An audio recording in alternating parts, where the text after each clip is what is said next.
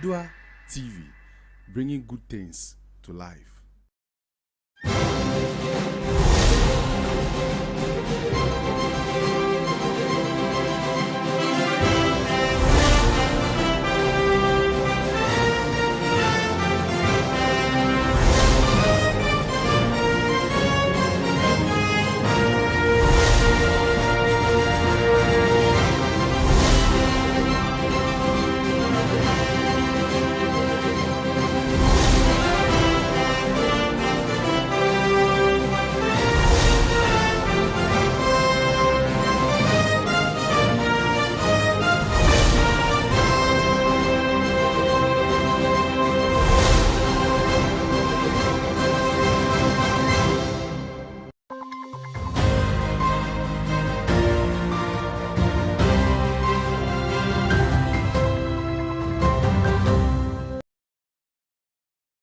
Time check is 0600 GMT Wednesday, 13 days in the Breast Cancer Awareness Month. Hello there, good morning. Good to come to your homes with another edition of AM News on Adoatv Television. We're live all across the world on TV and online from digital address GA2260733. Also live on digital channel 37 and 38. My name is Nanya Macaulay, and our top stories this morning: the Majority Caucus in Parliament, led by Honorable Seche Mensah-Bonsu, has finally made their stand on the controversial LGBTQ plus bill, assuring Ghanaians that they will not turn their back towards Ghanaians. Also coming up in business, the 7th Ghana Renewable Energy Fair took off yesterday. We'll give you details if you stay with us. On the entertainment front, Netflix has assured to put more African content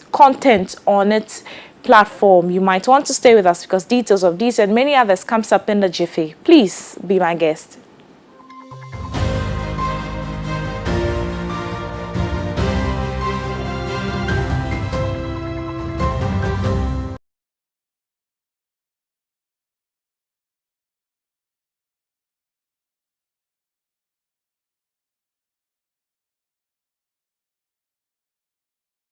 Hello again. The news is live on Facebook at Adoatv Television Ghana. There you may want to join us with your thoughts and comments. Let's settle for the details now. The Majority Caucus in Parliament has officially made their stand on the controversial LGBTQ plus saga. According to the Majority Caucus, no member of Parliament, both the minority and the majority, will go against this bill. Addressing Parliament earlier yesterday, the Majority Leader, Honorable Seche Mensah-Bonsu, stated that Parliament will do the needful, assuring that it will not turn their backs on Ghanaians. The bill, which has currently passed through the first stage, took place on 2nd August 2021 in Parliament, and its consideration expected to resume in October 2021. It was initiated by some 6 MPs led by an opposition MP, Sam George, seeking to criminalize lesbianism and sex between men in Ghana. Whilst many are calling for its passage, others are also seeking otherwise, yet both with various legal views. Addressing the parliamentary press corps, the Majority Caucus officially made their stand on this issue. The Majority Leader, Seche Mensah-Bonsu, stated that Parliament will do the needful, assuring that it will not turn its back on Ghanaians. Let me, at the very outset, indicate that members of Parliament are representatives of the people, and the citizens of this country should rest assured that Parliament would not turn our backs on them. We represent their interests in Parliament. Of course, in our own upbringing, I'm a Christian. I belong to the Assemblies of God. I cannot say that my upbringing has also not been impacted by my Christian values. Equally so for the Honorable Habib, who is here by me. He's a Muslim, and his upbringing is also impacted by his religion. But we have our own set of values. And I really don't know of any ethnic group in Ghana, who would applaud the issues about LGBTQ whatever. He explained that the bill has passed through the first stage and referred to Parliament's committee. He hence called on various organizations and institutions to endeavor to submit their memorandum. Where we are now, the bill has come to Parliament, is passed through the first reading, and has been referred to the Committee of Parliament. The Committee of Parliament is going to dissect it, and that committee is the Constitutional, Legal and Parliamentary Affairs Committee, the appropriate committee that's handling this. The citizens of this country have the right to exercise popular participation by discussing the issues as we have been doing. And as much more importantly, I would entreat that the organized groups, including churches, mosques, civil society organizations, NGOs, should submit memoranda to the committee. While expressing his surprise at those calling for the live telecast of the bill debate, he entreated Ghanaians to eschew sentiment whilst making comment on this issue. We hear some people being very punchy and saying to us that Parliament should have this debate telecast.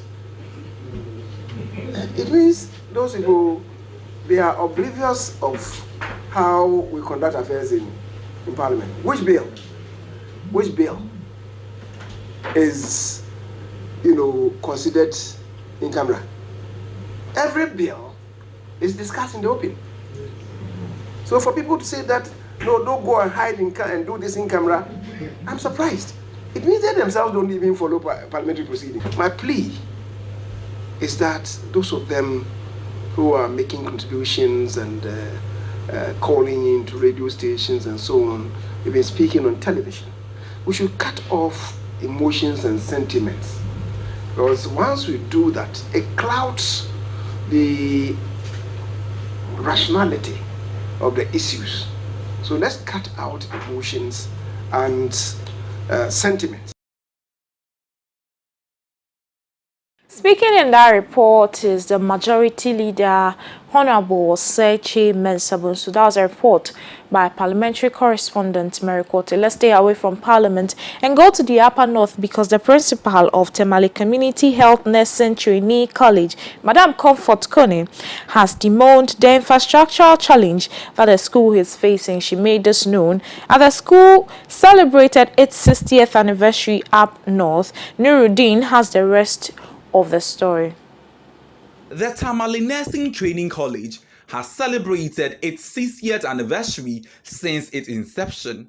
Like many other health facilities in the country, the nursing training school is facing a number of infrastructural challenges. Narrating the college's ordeal to journalists at the 60th anniversary, Madame Comfort Kone noted that the school has run out of space for expansion to help cater for the current student it has admitted. According to her, the institution lacks basic facilities like hostel facilities, office spaces, classrooms, assembly halls, among other equally important outlets.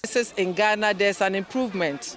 Because we no longer battle with TB, polio, guinea worm, and diseases that were very, very serious and killing people and maiming all sorts of people. We cannot talk of successes without challenges. There are a lot of challenges. You all agree with me that this was the first school, and looking at the land that was given to the school, it's woefully inadequate for any expansion. And as such, we have a 33-acre land at Wamale, which we have a nurse campus there. And you agree with me that we're formerly not admitting male students, but now we do. And all these male students or students coming from different parts of the country, if you come and you ask them, go and rent, where are they going to get accommodation to rent? So we really need infrastructure, especially hostel facility, office spaces, then a classroom and assembly hall for the student. In case of gathering like this, it will be convenient to do so. Madam Comfort revealed that the school staff's hardly flows, hence management have to spend huge sums of money on water for students and its staff. According to her, the school bus which was given to the school 20 years ago is in a very deplorable condition but still visits communities in various schools in Tamale and its adjoining areas to educate residents on health issues. So, and I mentioned this morning that we have a serious challenge with water supply. It's difficult to get water. Even GWC, it doesn't flow frequently, so it's a problem. We spend so much on tanker services to provide water services to the students in the school. Transportation is also a challenge. Yes, we have a few, one or two pickups and a bus that was given to us almost 20 years ago. The pickups, the same. So we spend so much money in repairing them every day. So if you are given the opportunity, moving even south from here, students over there for lectures is a challenge. COVID-19 has rather taught us how to still hold on to our mandate. Speaking at the anniversary, the Northern Regional Minister, Alhaji Sheni Alhassan Shaibu, commended the core mandate of the institution since its establishment in 1960. He said the Akufo-Addo government would continue to make health institutions much better. Ensure equitability for all in the health sector.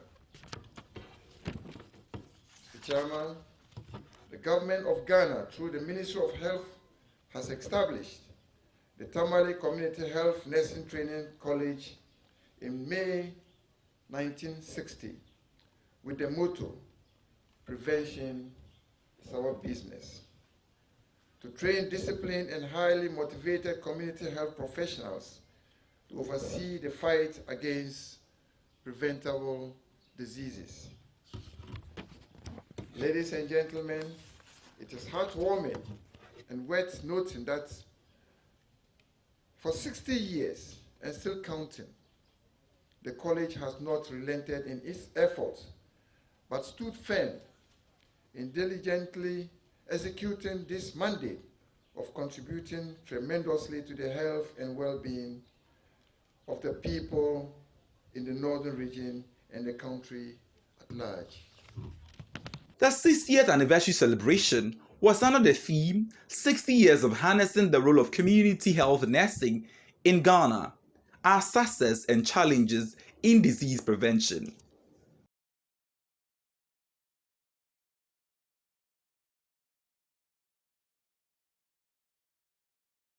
In other news this morning, a perfect body figure has become the trend of our modern era. Most Ghanaians are highly devoted at achieving that. In the quest to achieve the enhanced body type, most women are putting their lives at risk by opting for body enhancement product, and those who cannot afford these products sought to use underwear foams. The question of why do we do this to ourselves as ladies? Augustina Coman has the rest in the following story. Many years ago, women appreciated their God-given body. But now the quest to achieve a particular body shape is the new trend lot of people are determined to have.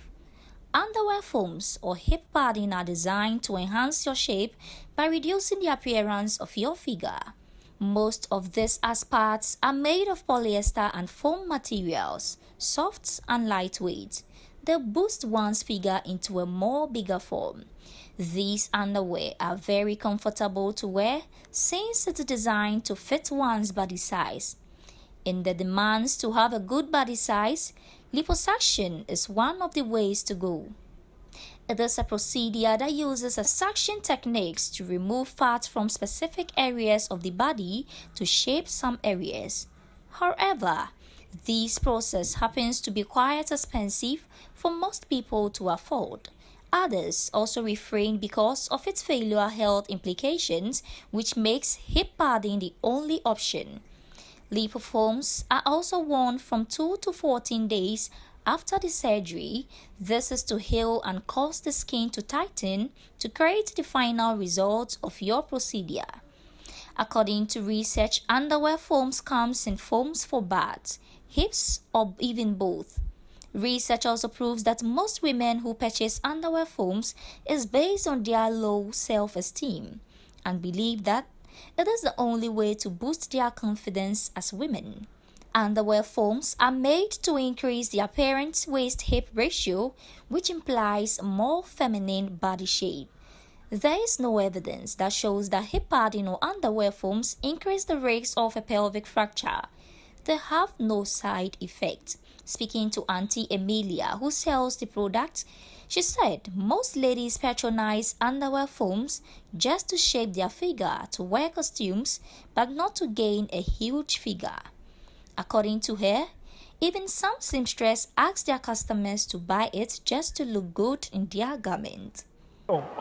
I hear because ekwe ni money po back penny hanle back like eba he ni ewo ke wo style ni hanle shape back jepo fine ni style ba fe for o ba na keke mo fe mo na le back o ma ba ni sabo ni ke mo ko ma wo na kan the same style no chika akwe o ba na ke ana different ye ni ne mo ko ye ni eye she be hips e wo ke wo na kan ni e kan ni hani e hanle shape onu shishi ewo je akeja money beduna ni form ni o mi enye haboduna enye habobotos because the form light ni o mi she ni amo a shape like to mo ko owu e ba look nice ewo je no ko gbonyo ni e ga ke ne eye ke je blame jelawa no mi ake sa am flope ona shimene e ba fe no ko ni e fe common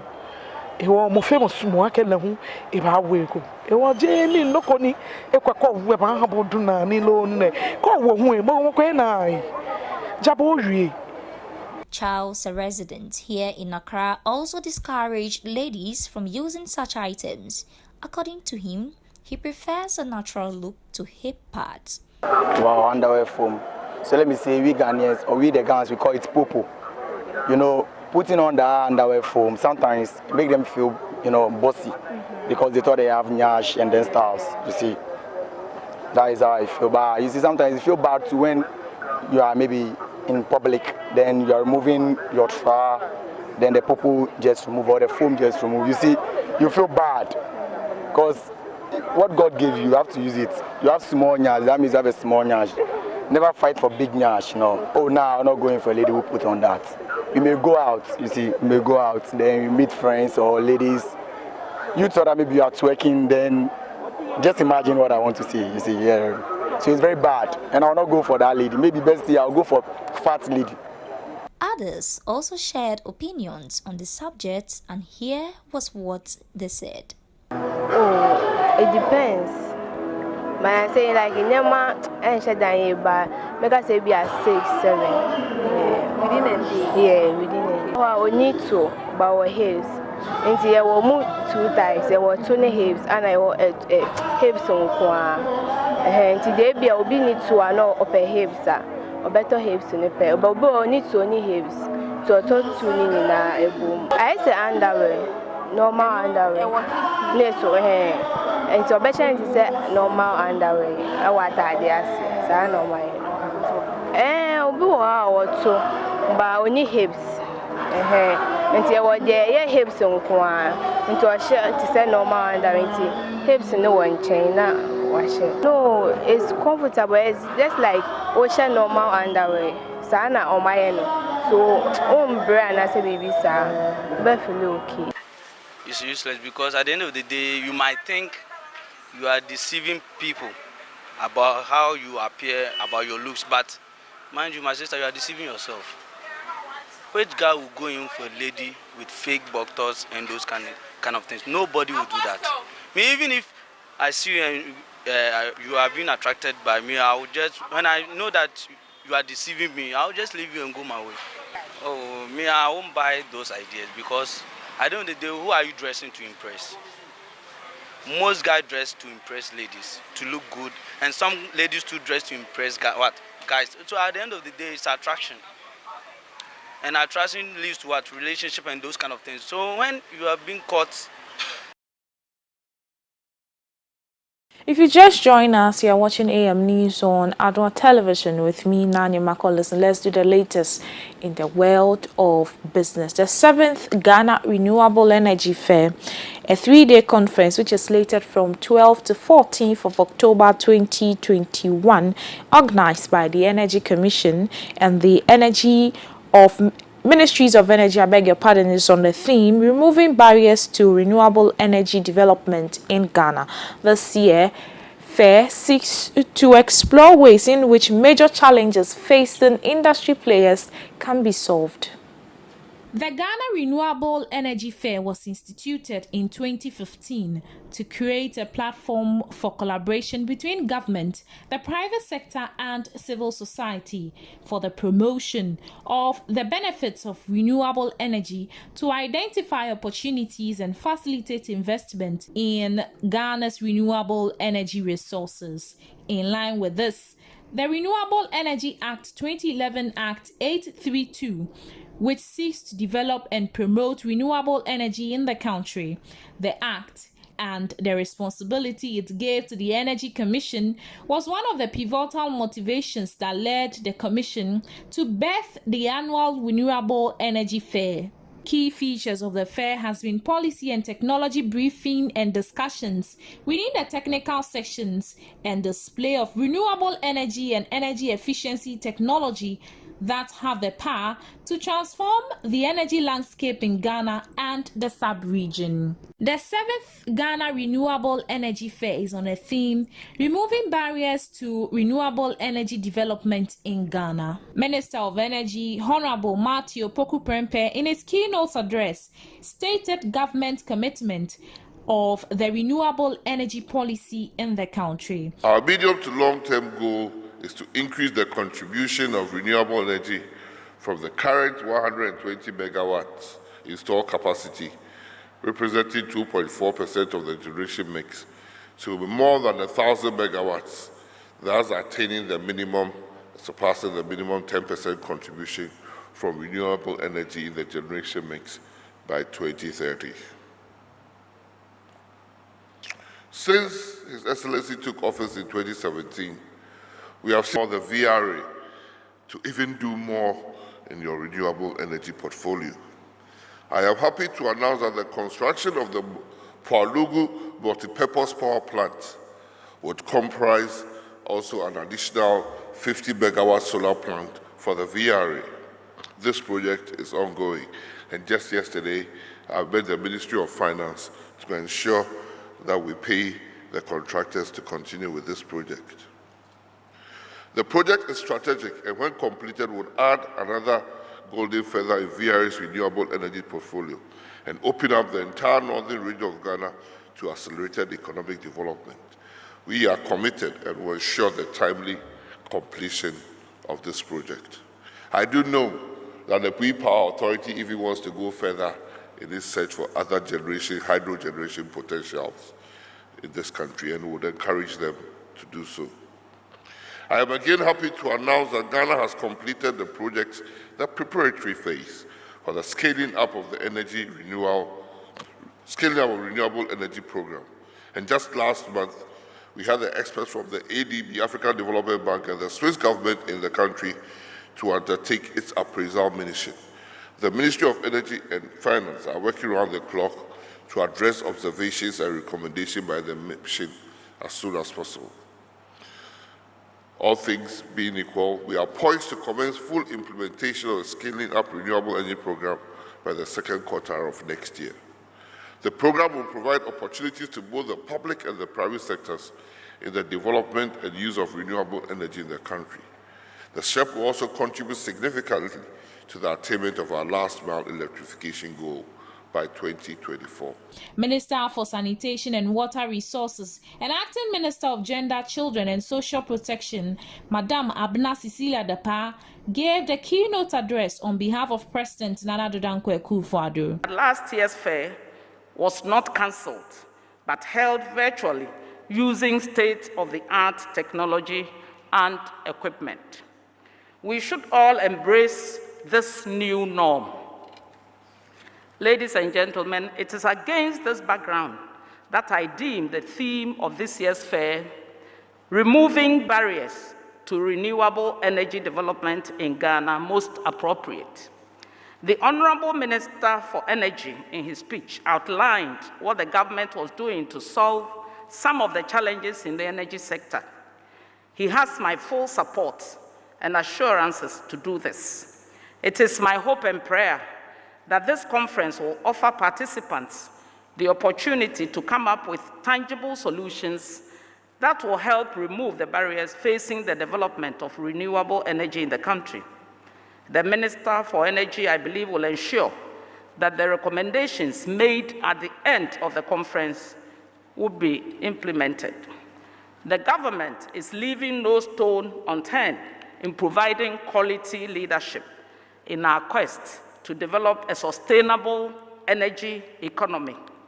It is therefore a laudable idea to have stakeholders in the energy sector come together every year to deliberate and brainstorm on matters affecting the sector and present concrete measures to address them in order to ensure that industry players truly benefit from their investment. The Ghana Renewable Energy Fair, which is now in its 7th year, is providing the platform where stakeholders meet and share ideas. I will propose that the fair be extended to cover the entire energy sector. Distinguished guests, government, as part of its efforts in opening up the renewable energy sector for investment, is exploring the regional market and to position Ghana to becoming a major exporter of reliable and competitive electricity in the ECOWAS region.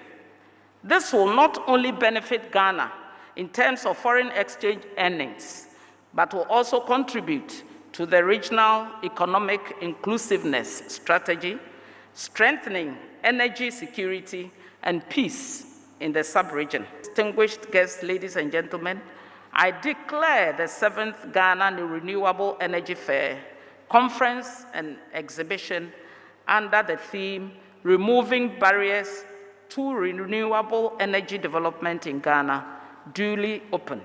I wish you all fruitful deliberations and a successful fair. Thank you, and God bless us all. Every year, the Energy Commission assembles energy experts and leaders from Ghana and across the African region to showcase renewable energy projects, infrastructure, and also deliberates on issues in renewable energy industries to shape ongoing policy discussions and development. For Adoatv Business News, Nanya Makolison, Accra.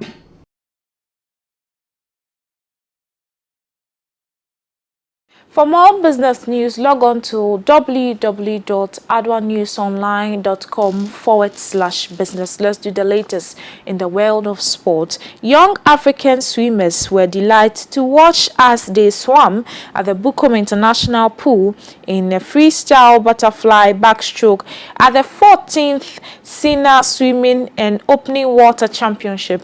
Ghana got a nod ahead of Algeria in April to host the championship, which started yesterday and would continue till 17th of October 2021. Ghana is hosting over 45 African countries in a 7-day Ghana Swimming and Open Water Championship from 11th October to the 17th October 2021 at the Bukom International Pool. Sam Ramzami, president of African Swimming Confederation, is in Ghana to oversee the smooth running of the championship. Mercedes Abdallah, Uniles Techi, will represent Ghana in the girls age 17 and under 100 LC meter freestyles, while Titus Ankara Hamza Zwa will also represent Ghana in the boys age 17 and under LC meter breaststroke. In other categories, Jackson Cole and Ninote Christian will be in heat 1 of 3 finals of boys aged 18 and under 200 LC meter freestyle. Delphine Akwe, president of Ghana Swimming Association, says that swimming is not visible in Ghana and they want to use the championship to promote swimming in Ghana. Ghana is a young swimming nation. We want Ghana as a nation to people know about swimming. Swimming is not very visible here in Ghana. So we ask for this bid to host a competition here for Ghanaians to become aware of swimming. That we have a federation, we have a sport by name swimming, so that we can get people interested in the sports. What kind of preparations went into the hosting of this championship? A lot of preparations went into this championship. We needed to get the venue, hotel accommodation. We needed to know the arrivals of those coming, when they were coming, how many were coming. So a lot of what do you call it, have gone into this competition. A lot. Ghana is a young swimming nation. You can see the likes of swimmers here from South Africa, from Algeria, from Senegal, from Egypt. These are top swimmers that we are contesting with. The swimmers we have in Ghana, like you said, are Beku. All the swimmers we have in Ghana here are students, young adults who are in school and who are also trying, they are unearthing a talent in swimming. I can't say about the medals. God willing, we'll get some medals. But for us, it's more about the kids pushing their time down, getting their personal best. We are not looking for medals. If we get medals, fine. This will be our package for the Wednesday edition of AM News on Adoatv Television. We'll be back tomorrow with more news, but visit our website www.adoanewsonline.com for more news to read, as we also bring you updates of these stories and many others in our subsequent bulletins. As we journey on towards the Breast Cancer Awareness Month campaign, I would entreat you to visit Sonotech Medical and Diagnostic Center to benefit from their discounts. My name is Nanya Macaulay, and from me and the rest of the team, thank you for watching. Please do well to join us on AM Ghana show as we deliberate on real issues bothering Ghana. Good morning.